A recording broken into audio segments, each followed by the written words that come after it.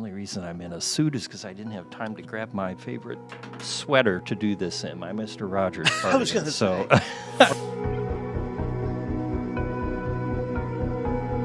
welcome to Inside Look. I'm Jeff Lyons, joined by Rob Calhoun. I'm going to call you a broadcast history file. Does that adequately describe what you do? Yeah. A veteran of radio, television, and maybe the circus too. We'll find that out. Called worse, so we'll go with that. We'll find that out in a couple of minutes. But the reason I wanted to talk to you, Rob, in particular, is you have such a encyclopedic knowledge of broadcasting in the tri-state. You know, that's a big fascination of mine too. Yeah. And so for our listeners out there, some might say, well, I don't care about this. Well, that's fine. You don't have to listen. But we're going to geek out on local broadcasting. Is that all right? Sounds good to me. Okay, so first off, just for people who don't know you or maybe have never seen you before, kind of tell us who you are, what you do. Okay. I've yet to figure that out. Rob Calhoun is who I am. I've been in radio about 40 years. I've worked a bunch of stations around the area.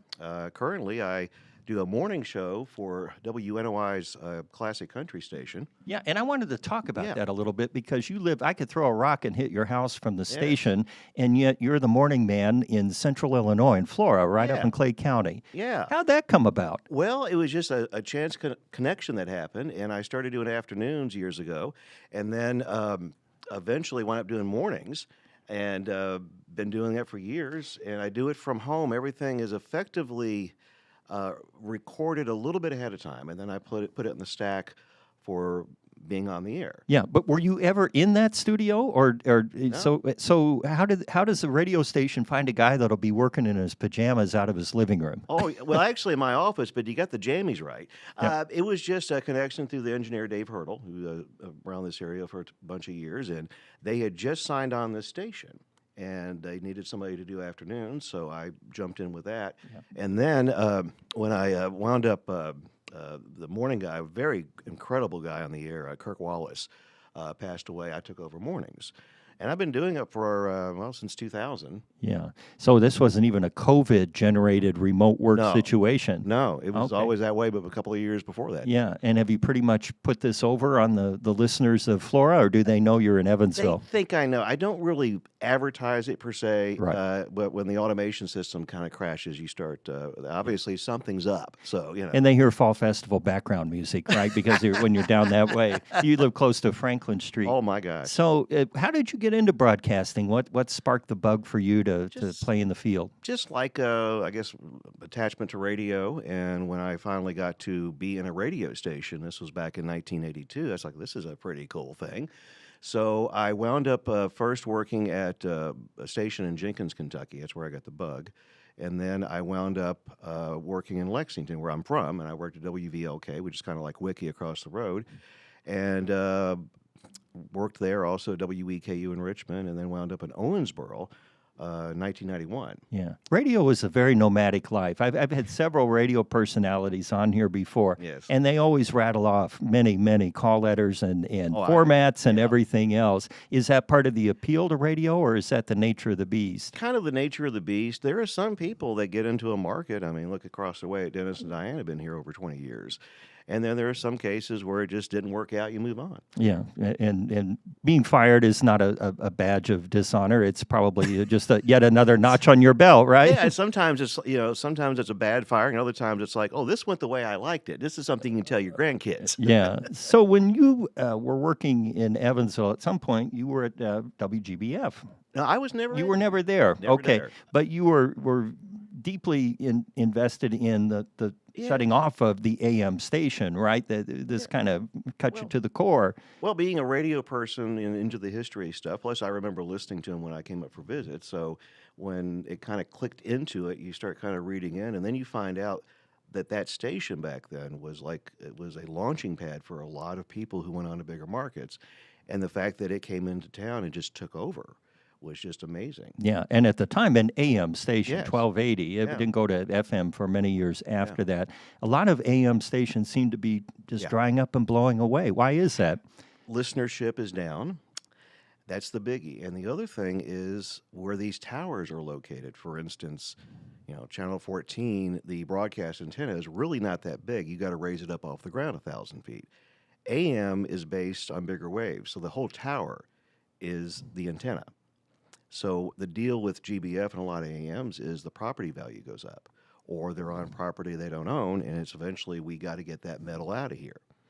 And that was the case with GBF and a lot of stations that, they were out in the country for years. Well, suddenly the city built up around it. Right, and now they have to move, or it's more profitable, I suppose, to sell off the land and off. Unfortunately. But you lose a part of the broadcast history, though, and Yeah. heritage too. That's true. And a lot of it just, with GBF, it was at a point where it was just kind of in a back room somewhere, and it was just playing syndicated shows. So it kind of lost a lot of that localism. Yeah. Once the station goes dark like Yes. that, then what happens to the spectrum? In other words, the spot in the air where 1280, the frequency, goes dark, then what happens? It's just static, right? Yeah, just static. Now at nighttime, with AM signals traveling like crazy, you'll pick up another 1280 or maybe a 1290, which you couldn't get before. So like last weekend, I was out in the backyard with my, Yeah, I was going to ask you about this. Yes. You signal, what do you call it, signal surf or signal fish or Yeah. something? You have some, Yeah. some weird looking device. Yes. And you go in the backyard, and the neighbors don't seem to mind, no, right? they think I'm crazy, so Right. it works. Okay. But what I was doing was I just going up and down the AM dial, and I hit 1280, and I heard some music, and it was a station out of Hanover, Pennsylvania, that just happened to be traveling the miracle of the atmosphere to bounce to Evansville. Yeah, and AM is unique in that regard, at Yes. least in the broadcast frequencies, because there's a ground wave and it can skip and Exactly. bounce and everything else. When radio began, one of the coveted things to have was a clear channel station. Yes. Where at night you could be heard pretty much coast to coast, depending on your frequency, right? And we're Exactly. thinking like WLW in Cincinnati or Yes. WSM in Nashville. Yeah. And I had read, and I'm sure you have too, that the idea at the time with these clear channel stations, at least from a network perspective, NBC in particular, Yeah. was if they could get enough of these clear channels, they wouldn't have to pay the phone company to send their signal There was to that. all of these little ones, right? And Yeah. but the problem with AM was the propagation and static and noise and everything. Yeah. And a guy by the name of Armstrong came along with FM radio and said, Yep. "Hey, do it this way. There's no noise. It's line of sight and less distance." And NBC quatched it. They didn't want to hear that. They wanted these clear channel stations. What's the status of the clear channel stations today? Is that still a big deal to have one? Yeah, kind of. I mean, there's a status, but it doesn't have quite the, part of the advantage of that when we talked about was they could reach, I don't know, Owingsville at night and give them NBC programming. That's not as necessarily needed because of FM. And what's going on is kind of the same thing as many of these old clear channels. Some of them are surviving like WLW, but some of them have just kind of faded away through the years. And they're still have listeners, but they're not as dominant as they once was. And if you ever look at an old, you probably have one in your living room, an old vintage radio, many of them would have those clear channels on them, like WSM and Yep. in Nashville, or WLS was a clear channel, Oh, wasn't it yes. too? Yes. Yeah, they're still around Yeah. doing talk. Most of them are three-letter call signs, not all, but so people would hop around on the radio at night. That was what you did. There was no TV. Yeah. Well, the thing too is across the way, WIKY's original AM, which is now USI station, had to sign off at night because a station in Fort Worth rather, had ownership of that frequency. Yeah, there's sunsetters, right, or daytimers, Yes. where when the sun and it was local sunset, so the Exactly. station would just fade away at 4:30 in the Sign winter, off, click, right? that's it. So when you worked in radio, of course you were on the air, but you also have a pretty good grasp of the technical side of it. Were you in engineering, or what spawned that? I did everything. When I was at WVLK, we essentially invented sports coverage as far as our pregame, as opposed to 15 minutes, went back 90 minutes, and we sold every lick of it. And we did a lot of things before you had the technology today of the internet, just using phone lines to do talk shows and whatever else. So that kind of sticks with you after a while. Yeah. How they did it, and of course you got to make sure it's done because a lot of money is riding on that kind of stuff. And at that time, radio was king. I Yeah. mean, the television couldn't hold a candle to it. Now, as we move ahead, television now and into streaming, Yes. it's like every previous technology kind of goes down a notch, right? Yeah, I mean it's like retailing. You start first it was the general store, the big downtown store, malls, and now you got big box stores. Yeah. So what happens to these radio stations? How do radio stations survive today? Well, selling advertising. The ads that you hear is subsidizing the stuff we do. And it's kind of like the same thing here at 14. Do you have to sell time on your station in Flora? I don't have to do that. That's somebody else. You're not in sales as well. Well, it's kind of hard when you're 90 miles away. Right, I've right. done sales before, but yeah. Yeah. Did your interest in radio peak then here in the tri-state? You've stayed here a long time.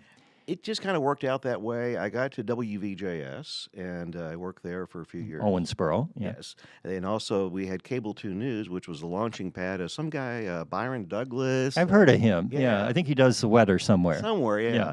And several other people. Stephanie Sylvie came from over there, Todd Richards from years ago. And I think the tradition is they started at Cable 2, they went to Hazard to Channel 57, and they wound up back in the market, usually at 14. Right, right. Well, we've had Arden Gregory worked in Yeah. Hazard before she came here. Never on radio, but Yeah. in television. So when was your leap then into the Evansville market, and then which stations? Let's see. Technically, I guess you can say it was on 96 STO back in the late 90s when I was there. And we were Owensboro. We're in Owensboro, but we also served the tri-state. And then I moved over here in 2011. I started working at Wiki in 2009, I think it was, part-time. And when a full-time job happened, I just went and moved over here, became a West Sider. And you were at STO in the blowtorch years, right? I was at the very end Okay. when things kind of went crazy. Yeah. You remember when Brian was removed, and then it kind of went. Brian Jackson, of course, Yes. major radio personality of the gosh. 90s and everything Yes. else. Angela Allen was another one that was on there. When the thing I wanted to get back around to with regard to a station going dark, Yes. what happens to the spectrum? Like, is that worth something to someone? And we're talking about the At for one spectrum time. for the people that don't know. Yes. When TV and radio signals go out over the air, they occupy a slot, let's Yes. say, and that's the spectrum. Their Every- homestead. Yeah, everybody has a different little slice of it. And what we saw in broadcasting and television, we went to high definition and digital, and then that was more efficient. We could have a smaller piece of the spectrum, and we could subdivide our channel. So we have, 7 sub-channels now. This might be getting a little into the weeds for somebody driving down the road. We hope we don't put them to sleep. But the idea here is that was done to free up spectrum for other uses. Yeah. So that AM spectrum that's now going dark, what's it worth You to anybody? can't really do much with it. I mean, it's, as far as audio, you're limited to 10 kilohertz, and you can't do much more with it. You have the noise issue. I think at some point it'll just kind of fade away. Now, the rest of the spectrum, I mean, it's high dollar stuff. Yeah. And, I know in TV, I work with a low power situation here, and, there is money involved, and you sit on that frequency, and, it's just, you have this little acreage of property. So there is value in that. So whenever a TV station's sold, it's a lot of that too. You and I have something in common. We both are, aficionados of the local broadcasting and how things came to be. Yes. One thing that's kind of interesting to me anyway, and I know to you and maybe to a couple of our listeners out here, stay with us, this gets good, was that when television came to the tri-state, at the time, everybody was a UHF station. In fact, the only reason we could get on was there were not enough of the VHF. VHF would be channels 2 through 13, and then 14 up to like 88, I think. They added that was later. what they- Yeah, yeah. 83. They added those to kind of fill in gaps, lower power, but allow more television service. So we came on as channel 53. No, 62. when it- 62, yeah. I'm sorry, you're right. Don't listen to me. So here we are operating as channel 62, and we have a repeater station in Owensboro because the signal at channel 62 not strong enough barely to get over the river. WEHT is on channel 50. Yes. And here we are kind of, trying to make some money. The Fine brothers, have this thing going up here. And then not long after, here comes channel 7, a VHF station, and channel 9 was up for grabs. Yeah. So talk about that history. Okay. Going back to the beginning, they thought they could do, 13, eventually 12 channels.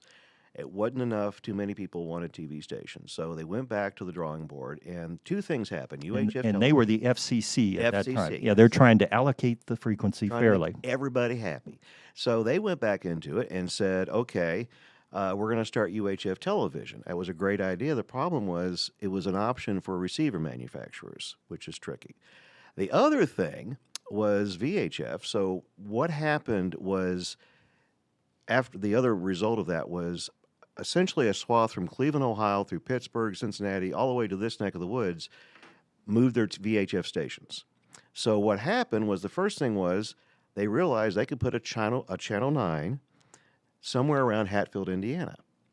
Well, meantime, I'm getting a little ahead of myself. Owensboro got the allocation for channel 14, and it was the Steele family who owned WVJS and the Hager family that owned WOMI. Well, the Steeles got the allocation because media concentration, because WOMI had a newspaper. Can't have media concentration. Right. Yeah. Back then, they wanted variety of You voices. got it. And yeah, you couldn't have an AM, FM, TV, and certainly not the news. Yes. As appealing as it would be to control all the media in a market, that Back was then, they even said, back then no. you couldn't do that. So what happened was the 9 allocation came open. The Steeles gave up on 14, which wound up becoming Here, yeah, Yes. and we moved over to channel 14. Yes. Yeah, So which that- is a better signal. Yeah. I mean, you want to get the lower numbers in UHF. I always explain it this way: the higher you go up in numbers, the more power you need to get out. So Right. here comes Channel 9. The Steeles go, hey, we can get this. So they had this all in line. They had affiliation letters from ABC, the old Dumont Network, a letter from John A. Engelbrecht using a studio over here. And somebody got a hold of somebody. I've been told it was Senator Capehart. And I guess he had enough pull to get an allocation swap. So they were going to make Channel 7 educational. Well, now 9 was educational. 7 became commercial. I was told, back by the research on GBF, Wiki, and a few others went after 7. This gathering got it. But we're not done yet. No, we're never done. The FCC decided that we need to have UHF markets to push UHF technology. So they told Channel 7 to move to Channel 31. Channel 7 told them to pound salt. Uh-huh. And this fought for years. They were operating under a construction permit and finally won and stayed on 7. So that was the crazy history. And then, of course, 25 at some point went from 50 to 25. And The rest is somewhat history. then 44 just kind of happened, and here we are. Yeah, and it, in some ways, that is becoming irrelevant, your channel number, Yeah. although it's our identity. I mean, I tell everyone, well, I work at 14, and in 14, or if you worked at 25/7, Yeah. you would use, or 44, you would use those numbers. Yeah. But increasingly, we're not really, there is no 14. We're actually digital 46, I think, but they I can't remapped remember. it or something I've like lost because that's true. They all have moved around. So when you say you're watching 14, yeah, you are seeing a product that's 14, but it's if you look at where it is on the actual, it's confusing. Yeah, it just say is. channel 14. Oh, sorry, just say channel 14. It's easier. Yeah, it is. It is. So, with that in mind, Yeah. now that we're moving increasingly into streaming, Yes. you know, where it's delivered by broadband and so forth, that becomes moot even more, right? I mean, you're branded as your number. 14 in our case, but really, I mean, you don't. There's no knob on a computer to turn to 14. Yeah. So where does it go from here? You think there'll be a time when they're going to look back on this, kind of like we look back on horse-drawn carriages, and say, "What in the world were they thinking?" Well, I mean, a lot of it is what we're doing is linear content delivery. I mean, you got to wait for it to come your way. We're now into interactive. Now, 14 has been great about having things like this and other things that you don't get on the main channel that you can watch anytime you feel like it, even the news or weather coverage. Yeah. So that's kind of where it's going. I think as long as you got live event stuff, whether it's it's sometimes our tradition is sit down and watch 14 News, Super Bowl and that kind of stuff, there's always going to be that demand for it. But a lot of the choices now are just kind of you're figuring it out on your mouse. So you got a 40-year career. What have you not tackled or conquered that you would like to do? Oh gosh, I've never owned a radio station or actually run one with any control. That's the kicker. Yeah. You're in charge, but you're not really in charge. But you have a TV station. Yes. Yeah? Yes. Tell me about that. Okay. Yeah, I'm talking to a TV station owner here. This just Well, I in. don't own them. I just run them. Well, we're on them. Okay. Yeah. Still, though. Yeah, this is Three Sisters Broadcasting, which is owned by John Dunn, who been in media for Hotel years. guy, right? The hotel guy, you got that right. And he has a couple of TV stations. We have Channel 15, which primarily has Telemundo, and we also got Antenna TV, which is also on cable. 15 is Telemundo, 20 is on is Antenna TV, and we got some sub channels. Yeah. And we just kind of do it, keep it going, and How do you program it? I know now, like Antenna TV is pass through, right? You Yes. simply pick up a signal and it goes out, and I can Yeah. watch Petticoat Junction, Green Acres, or whatever's Yeah. on, and you don't have to do anything except collect a big fat check. Is that how that It's works? kinda That's sort what of I like was that. told. I just keep it going. We do some insert ads on some of our channels, and just make sure it's on the air. I have a TV in my office at home. Actually, when I do my morning show, it's up in the corner just to make sure it's on the air. Yeah. Okay. So you can watch Bonanza or what's on antenna TV? Let's see, at that area? Barney Miller. Oh, there you go. Yeah, I All got right. Barney Miller. We got, what else is on there? I'm going through my schedule. We got, I should know this. That's all right. We can edit for brevity. Oh, here, good. I'm clarity. glad. But that's interesting to me, though. These are lower powered television Yes. stations, but they can be picked up over the air. Yes. And I'm an antenna guy. Are you too? Yes. I mean, do you even have a cable coming into your house for? No, we quit that years ago. Honey Boo Boo caused me to get rid of satellite, so, Yeah. It's fascinating, though, the quality of the picture with an antenna. I mean, there's no compression. It's the best you can get if you have a good antenna. Yeah. And I've seen your channels, the 5 and the other one in there. How do you know if people are watching it, though? There is ratings. I mean, apparently, I get notices from the ratings company asking to make sure our information's updated. So I don't know how we do, but I guess we do get somebody's watching it. So when you call a station meeting, how many people file into your studio? Just you. Just me. Which is kind of points to where we're going, in broadcasting, one-man operations that are, at least to the receiver, you wouldn't know the difference. That's the thing. It's just it's the magic of it all. Yeah, I guess the magic is what keeps it alive for everybody. I wanted you to relate one more story. And this is a little personal, but it was you really documented it well. We had a radio personality in our market named Rick Allen. Yes. Rick had a wonderful voice, and he was a great personality. He was on WIKY, among many, many other stations. I can't remember what his air name was. Stephen Kelly. Stephen Kelly, that's Yes. right. Just about, but a tremendous guy. He passed, and you were entrusted then to take him on his final tour of every station he worked at. Talk about, because you documented it. I followed it every day on your Facebook page. So what brought that about? What it was, Rick passed away. He had nobody. He lost his wife and daughter within the last few years, and so I was kind of entrusted with everything. And you have somebody who just worked at some very cool radio stations. He and I were kindred spirits. Would be like, he mentioned somebody casually. Oh, you know him? I know, that kind of stuff. So what I decided to do was I just did a little research, got on my Google Maps and found out, where these radio stations were. And I didn't go up to Indy or that places, but basically southern Kentucky and into Tennessee. And I just left a little Rick. Just about a couple of teaspoons at various spots. Of his ashes in each location. Yeah. Nobody asked you what you were doing or anything? Or? Well, I was worried about that. Luckily, nobody minded. Yeah. But like around here, I left some across way at Wiki. I left some at the GBF transmitter site and also at the location on Washington. And also he worked at JPS at one point, the original one, 1330. And then over to Henderson and then down to Nashville, Bowling Green. And did you do this all over like days, weeks, months? it was a long day. A long day, huh? I got up at 5 in the morning and just started going out. And then Nashville was a long trip and buzzed around there and came back through Bowling Green and then through Ohio County where he was born. So I left a little bit of him there. And Rosine, figured might as well go to Bill Monroe's place and then came home. Yeah. Well, a great story, though. And a lot of people follow that. And, of course, you took pictures and everything of various towers and stuff that we all get excited about. It's a Blawnox Tower. And, like, what? What is that? I told my wife, no, it's a big diamond. You really, okay, whatever. I always look for that thing. When I drive through Nashville, on the south side, you can see WSM's tower. You can't miss it. No, it's you like can't. Almost 900 feet tall, and it doesn't hide. So that'll be the next podcast. We got to figure out why we're so fascinated with that stuff, and seemingly no one else, at least not around my dinner table, cares. Well, it's just kind of a little geeky thing you got to get into. It's like if you're into baseball or any sports, you start talking really crazy statistics. Well, that's a good way to put it. Yeah. You've normalized what I thought was maybe an abnormality or maybe even a disorder that we shared. No. It's not like you're spending hundreds and thousands of dollars a month on the habit. Well, that's true. You're looking at a radio tower. You don't have to. I keep hitting your mic stand. That's I'm sorry okay. about it. You don't have to do any of that. That's what I get for talking with my hands. Yeah. So, well, I really appreciate you coming up here and talking with us. I know you've got to get back down and make sure the TV stations are on the air and your spots are being sold and everything else. All that good stuff. Was there any stone that I did not turn over? I think you in covered this everything. Podcast. Okay. You covered about everything. Well, I really appreciate your time.